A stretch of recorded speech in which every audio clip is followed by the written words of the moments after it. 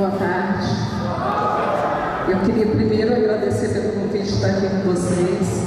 Então eu vou falar um pouco sobre as questões que envolvem o aborto, a anticoncepção, mas de uma maneira geral para que vocês possam entender a gravidade do problema. Então eu vou falar contando primeiro histórias reais. Essa semana todo mundo ficou chateado com aquele menino, com aquele rapaz de 17 anos, 11 meses e 28 dias, que matou a menina de 14 anos e que 2 dias depois ele ia fazer 18 anos e o julgamento ia ser diferente. Quem não ficou chateado com essa história?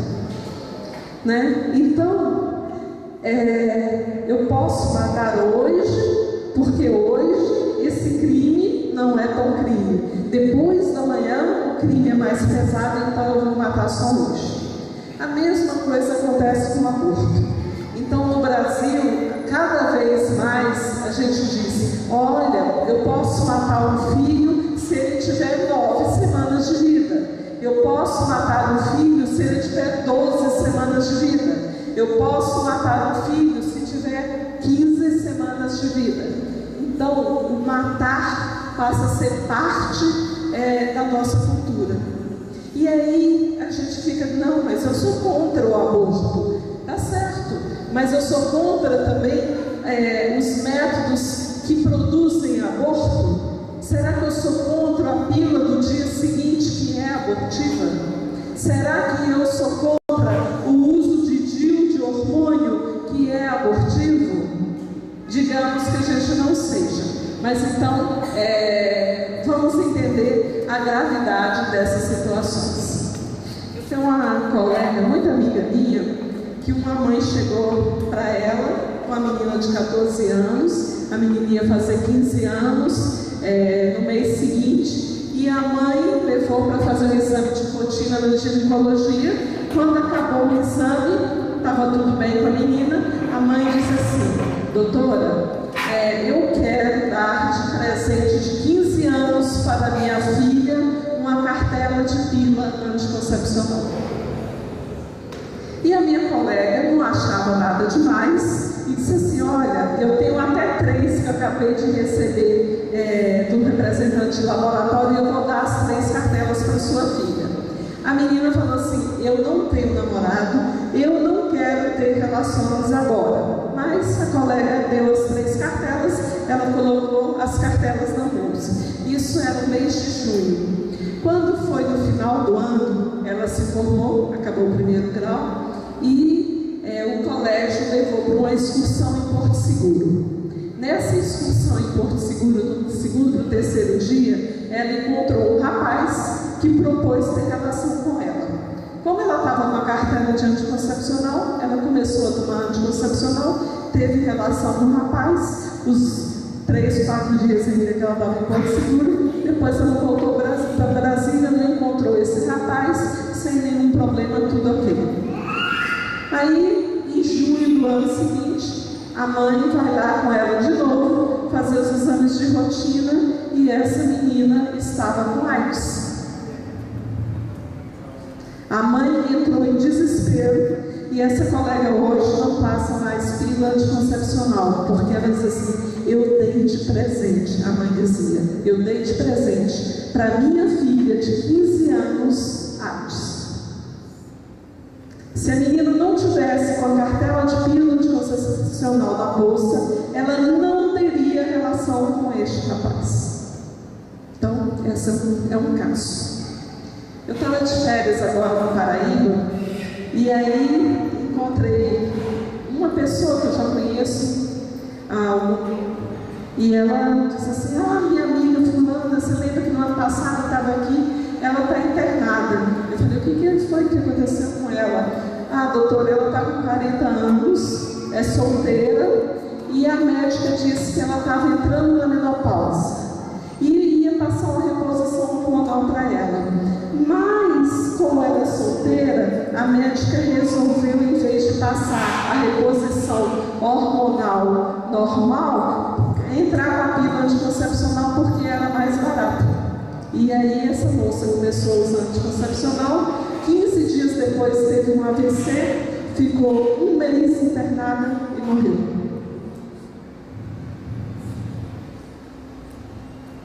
Pois é assim que funciona. Eu tenho uma paciente, ela tem 22 anos agora, e quando ela fez 18 anos, ela chegou no meu consultório e disse assim: doutora, eu vim aqui para fazer todos os exames. Eu sei que a senhora não passa pílula anticoncepcional, mas eu vim fazer os exames porque eu gosto da senhora e depois eu vou no outro médico porque eu vou fazer 18 anos, eu me lembro direitinho, dia 31 de dezembro, e no dia 1º de janeiro eu vou ter relação com meu namorado.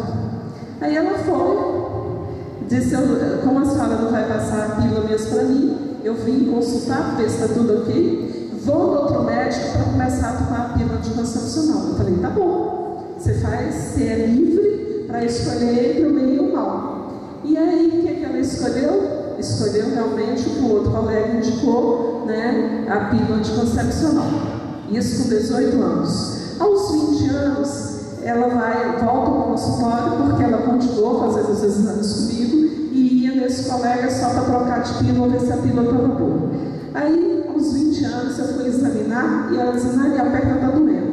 Minha perna está doendo. Eu falei: não, melhor ser ortopedista. Eu já fui a 3 e eles disseram que é porque eu sou saltadora, ela fazia ginástica olímpica, e que essas dores que eu estou sentindo nessa minha perna é por causa da ginástica que eu faço. E aí eu falei: mas vai no outro médico, não custa nada, né? Dá uma olhada, porque essa sua dor está demais, né? Só para examinar, né? Fazer um exame ginecológico é uma questão de muita dor. Aí ela foi, fez o exame lá com outro médico, e eu recebo uma mensagem na mão dela: olha o resultado da tomografia. Eu falei: mas eu não pedi nenhuma tomografia. Aí estava lá, um câncer de fêmur de 17 centímetros.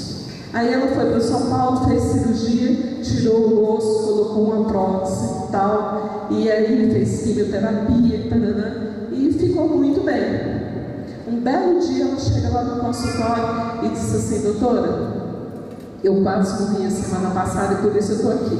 Eu falei: o que foi? O câncer voltou? Ela disse: não, doutora, por causa da quimioterapia e a anticoncepcional que eu estava tomando, eu fiz uma trombose de veia cava e o câncer não me matava, mas a trombose quase me mata aos 22 anos. Então, a pílula anticoncepcional, fora a questão do aborto, ela tem uma grande quantidade de efeitos colaterais que fazem um mal enorme à saúde da mulher. São as tromboses, são infartos, são os AVCs, são cânceres de fígado. Então, se a gente acredita em que saúde é bem-estar físico, psíquico e emocional, nós temos que ser radicalmente contra o aborto e temos que dar condições às mulheres de escolher outro método para não ter tantos filhos que não sejam os métodos hormonais, porque os métodos hormonais levam ao câncer de mama, levam aos infartos, levam às tromboses, levam os AVCs, levam os cânceres de fígado, levam os problemas de varizes. Então, se nós queremos bem-estar físico, psíquico, social, nós temos que encontrar outra maneira, temos que oferecer outra maneira para que essa população não fique restrita aos usos dos métodos hormonais. Agora, além disso, a questão do aborto, a mulher que usa um DIU de hormônio, que faz um aborto, está fazendo lá mês sim, mês não, um aborto, às vezes, muitas vezes não sabe, um belo dia ela descobre que estava usando um método que tinha uma ação abortiva. E aí entra a questão psicológica. A mulher que faz um aborto, ela não tem, né, hoje a gente fala muito na redução de danos, de aborto seguro, de aborto sem consequências, mas a mulher que fez um aborto, ela não se perdoa.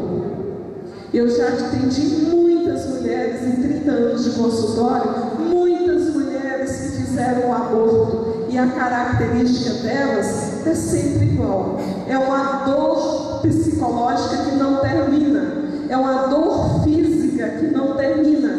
Tem mulher que fez o aborto com 13, 14, 15 anos, e está com 40 anos e sente dor em toda a relação sexual porque não se perdoou. Deus perdoa sempre. As pessoas às vezes perdoam, mas a vida nunca perdoa. O mal que a pessoa fez, se eu brigar com ela e cortar o braço dela, eu posso pedir perdão 1 milhão de vezes que o braço dela não volta a crescer. Então a vida que eu termino, essa vida não volta. Eu posso pedir 1 milhão de vezes perdão a Deus que essa vida não volta.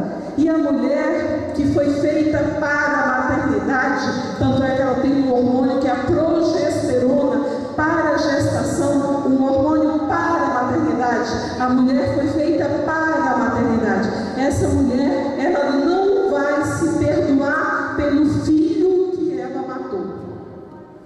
Abortar é matar. A mulher que mata um filho, essa mulher vai ter consequências físicas, psíquicas e espirituais a vida toda. A gente tem procurado trabalhar com essas mulheres para que elas se aceitem novamente, que elas compreendam que são filhas amadas de Deus, que têm direito a ter uma vida cristã de novo, a recuperar a sua dignidade como pessoa, mas elas não se perdoam. E por que elas não se perdoam? Porque o aborto fere o mais íntimo delas. Eu tive uma paciente, essa foi assim muito interessante, ela mora até aqui perto, e ela teve um bebê anencefalo, e no 7º mês o colega disse para ela fazer uma cesárea e retirar aquele filho, o bebê anencefalo. E ela achou que foi, fez a cirurgia, inclusive no hospital público, e o bebê morreu, que a ideia era essa mesmo. O que aconteceu depois disso? Depois disso ela engravidou de um filho sem problema nenhum, mas ela passou a gravidez inteira com ameaça de aborto, ameaça de parto prematuro. Nada tirava as dores dessa paciente. E um dia eu conversei muito sério com ela, e aí ela disse assim: doutora, eu não me perdoei do outro filho, eu não me acho digna de ser mãe desse filho. E aí ela tinha uma contração atrás da outra. Internei 40 dias, depois internei de novo, saía do hospital, voltava a ter dor, voltava a ter sangramento, voltava a ter ameaça de parto prematuro. E isso o Ministério da Saúde chama de redução de danos. Redução de danos é isso? É deixar a mulher o resto da vida com uma doença emocional incurável, que é ter matado o próprio filho. E eu acho tanta graça, a gente mora aqui no Distrito Federal, às vezes, só ligar o DF-TV toda semana que a gente vai ver. Faltou atendimento do Gama, faltou atendimento da Ceilândia. Eu trabalhei 25 anos no Hospital da Ceilândia, Então, muito frequente, falta leitos para as mulheres. Lá na Ceilândia, a gente enchia as camas, depois a gente enchia as macas, depois a gente começava a forrar banco para as mulheres ficarem, e tinha mulher que ganhava neném e ia deitar no chão, porque não tinha leito onde deitar. Agora, vocês imaginam se a gente aprova uma lei onde as mulheres podem fazer o aborto. Esses leitos do hospital vão ser multiplicados? Quem é que vai pagar essa conta? São as mulheres que tiverem no hospital para dar à luz. Porque as mulheres que querem fazer o aborto, onde o aborto é permitido aqui no Distrito Federal, elas têm prioridade de atendimento, elas têm prioridade na ecografia, elas têm anestesista disponível, e às vezes falta para paciente em trabalho de parto.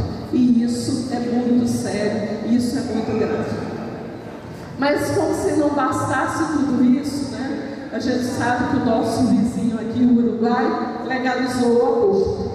E aí, no último congresso de ginecologia, novembro do ano passado, 2013, eles distribuíram para os ginecologistas um manual impresso no Uruguai, de como fazer o aborto até 12 semanas de gravidez. Aí com 9 semanas, para todos os ginecologistas, 10.000 ginecologistas do Brasil receberam o manual de como fazer um aborto. Então, o que acontece? Acontece que hoje a maioria dos profissionais da área de saúde são educados a entender que a gravidez só começa mais adiante, que o filho de 3 dias não é filho, é pré-embrião, que o filho de 5 dias não tem nenhum valor, que é melhor a mulher abortar do que ter um mais um marginal na rua. Então, estão chamando os nossos filhos de quê? De marginais. Crianças que ainda nem foram concebidas são marginais. E essa mentalidade contraceptiva, né, que eu não sei, vou fazer um parênteses aqui. Vocês sabem qual foi o primeiro nome da pílula anticoncepcional do Brasil? Alguém sabe? Há 50 anos, quando ela começou a começar, 60 anos, quando ela começou a ser comercializada no Brasil, se chamava remédio anti-bebê. Era anti-bebê. Aí depois as mulheres se assustaram, ninguém queria comprar um anti-bebê. Aí passou a ser chamado pílula anticoncepcional. E mais interessante é que quando a gente tem dor de cabeça, a gente compra o quê? Aspirina, Doril. Quando você tem um problema de estômago, compra o quê? Quem compra problema de estômago? Isso. Quando a gente tem uma pancada, uma dor nos joelhos, jogadores, quem que compra? Xenon. E quando a mulher não quer ter filho, ela compra um remédio. Então, olha só, as outras coisas, todas a gente conhece pelo nome. E a pílula anticoncepcional é o remédio, mas é a única medicação que não é remédio, porque ela faz uma disfunção no organismo feminino. Agora, você já tomou pílula anticoncepcional para dor de cabeça? Não, nunca tomou. Você já tomou pílula anticoncepcional para espinha? Nunca tomou? O senhor já tomou pílula anticoncepcional para emagrecer? Nunca tomou? Paulo Fernando, você já comprou pílula anticoncepcional para não ficar careca? Não. Então, os homens tomam remédios para a doença. A mulher com dor de cabeça, qual é a medicação? Pílula anticoncepcional. A mulher que tem espinha, qual é a medicação? Pílula anticoncepcional. A mulher que está crescendo o bigodinho, qual é a medicação? Pílula anticoncepcional. A mulher que quer engordar, qual é a medicação? Pílula anticoncepcional. A mulher que quer emagrecer, qual a medicação? Pílula anticoncepcional. Então vai se criando desde a adolescência a ideia de que a pílula anticoncepcional é um remédio que resolve todos os males da mulher, quando na verdade ela é uma medicação que estimula a mentalidade contra a vida. Se eu sou contra a vida, eu vou ser a favor do aborto, daqui a pouco eu sou a favor da eutanásia. Então o matar é uma coisa sem limite. Quando eu começo a matar por qualquer razão, esse matar não para. A gente vê os assassinos em série, os motivos pelos assassinatos, né? Primeiro é porque o cara queria roubar e a pessoa reagiu, daqui a pouco está matando sem a reação. Por quê? Porque o matar banalizou. Então nós começamos a matar os filhos que estão nos nossos ventres, e daqui a pouco nós achamos que matar é tão banal que a juventude hoje acha que pode matar porque não quer mais namorar a menina. Mas aonde aprendeu isso? Aprendeu na nossa sociedade que passou a desvalorizar a vida. E o que tem isso a ver com fé e política? Né? Fé. Tem um tal do 5º mandamento da lei de Deus para os que são cristãos que diz assim: não matarás. E ponto. Não diz não matarás, exceto nessa ou naquela outra situação. Não matarás, exceto se a mulher correr risco de vida. Não matarás, exceto se o filho for grandecéfalo. Mas não matarás